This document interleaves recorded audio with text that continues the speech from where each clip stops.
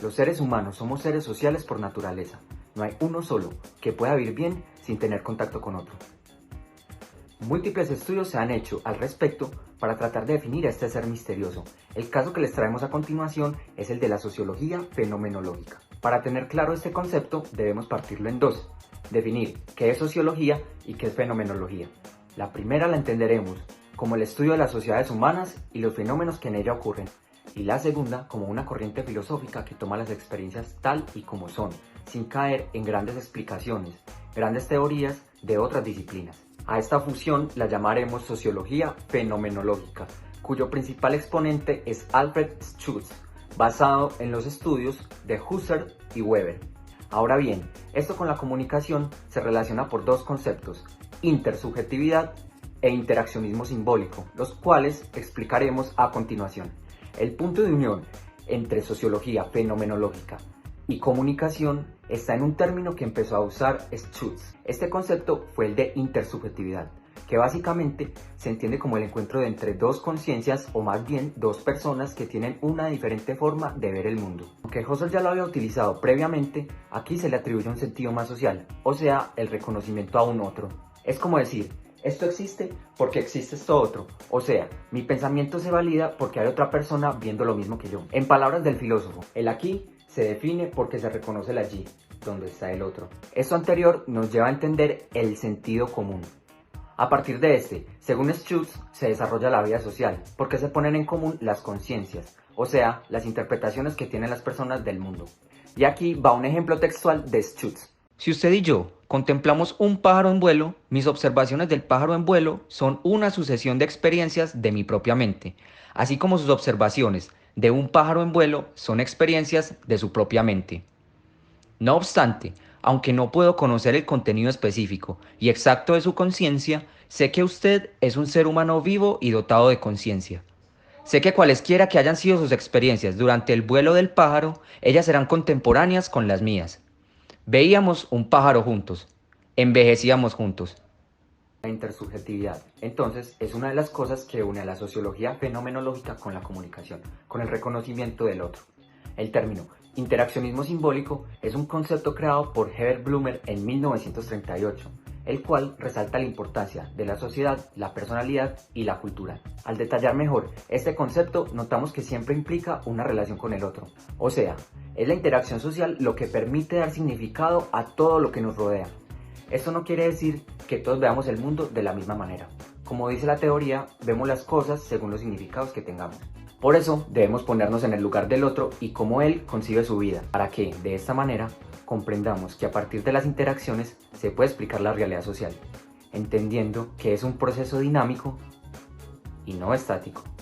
También hay que tener en cuenta que la interacción va ligada a la comunicación y una no es posible sin la otra. Para que entiendan mejor, un claro ejemplo de interaccionismo simbólico son los símbolos que representan a las religiones. O sea, según la persona y sus creencias, concebirá un símbolo de una manera distinta a otra. Si ponemos a un cristiano a que escoja entre el yin yang y una cruz, es obviamente que va a escoger una cruz, porque para él, en su religión, eso significa mucho. Aquí va otro ejemplo. Imagina que Indira es una joven que viene de Nepal y tú la vas a recoger en el aeropuerto aquí en Colombia. Pero lo que ella hace al verte es sacarte la lengua. Te hace así. Tú lo ves de mal gusto, pero tal vez si te pones a analizar o a investigar, te vas a dar cuenta de que eso allá significa un saludo.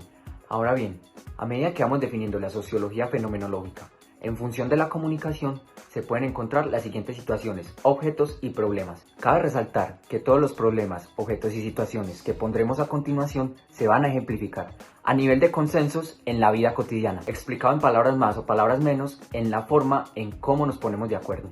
Supongamos que vas de afán en el sistema metro y por el trajín del día a día, para no llegar tarde a tu trabajo, subes lo más de rápido por el carril que normalmente se usa para bajar y te chocas con él. Ese alguien se molesta y te pide una explicación, pero tú no se la das porque vas de afán y él se queda esperándola. Desde cualquier punto de vista realmente se podría justificar. En una, desde la educación, y en otro, desde la empatía, los elementos que facilitan el diálogo y la negociación en situaciones comunicativas interpersonales, o más bien las cosas que nos ayudan a comunicarnos mejor. Imaginen que un mexicano está fuera de su país buscando algo para la calentura, refiriéndose a la fiebre, pero nadie le puede entender. Resulta que llega otro mexicano a la farmacia e inmediatamente le entiende porque conoce qué significa en su contexto. El hecho de que los dos conozcan su cultura y sus ademanes a la perfección hace después que el mexicano le ayude al otro mexicano para que se entienda bien con el de la farmacia. Los elementos que obstaculizan el diálogo y la negociación de significados en situaciones comunicativas interpersonales. Explicado escuetamente como nos gusta, las cosas que entorpecen una adecuada comunicación. Supongamos que otra vez el mismo mexicano está fuera de su país buscando en una farmacia algo para la calentura, refiriéndose a la fiebre, pero nadie le entiende. No llega nadie a la farmacia y finalmente no pueden venderle lo que necesita porque nadie le entiende. Eso significa que de buenas a primeras no puede comunicarse solo con su parlache. Eso no le permite una comunicación fluida.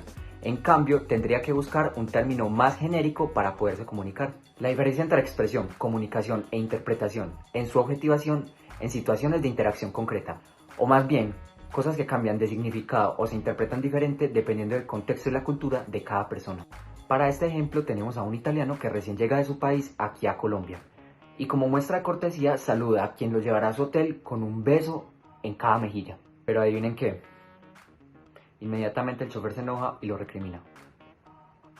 La puesta en escena de repertorios de conocimientos disponibles en situaciones interpersonales, o sea, la interacción de conocimientos y experiencias de cada persona. Es como imaginarse una conversación entre un hombre que tiene un doctorado en filosofía y necesita que le cuiden su libro X y su empleada doméstica que ni siquiera sabe leer y está confundida.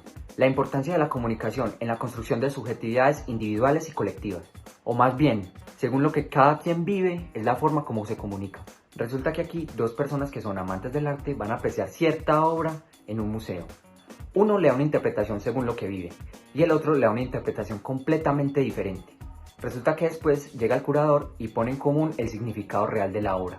Después los tres discuten sobre el significado real de la obra, sin que sea necesario que el uno o el otro pongan en duda su punto de vista. Y así, en resumidas cuentas, vemos que la relación con el otro y comprender que la sociedad se construye a partir de los significados que tenemos en la interacción con los demás permite crear diferentes puntos de vista y definir la sociedad que nos rodea.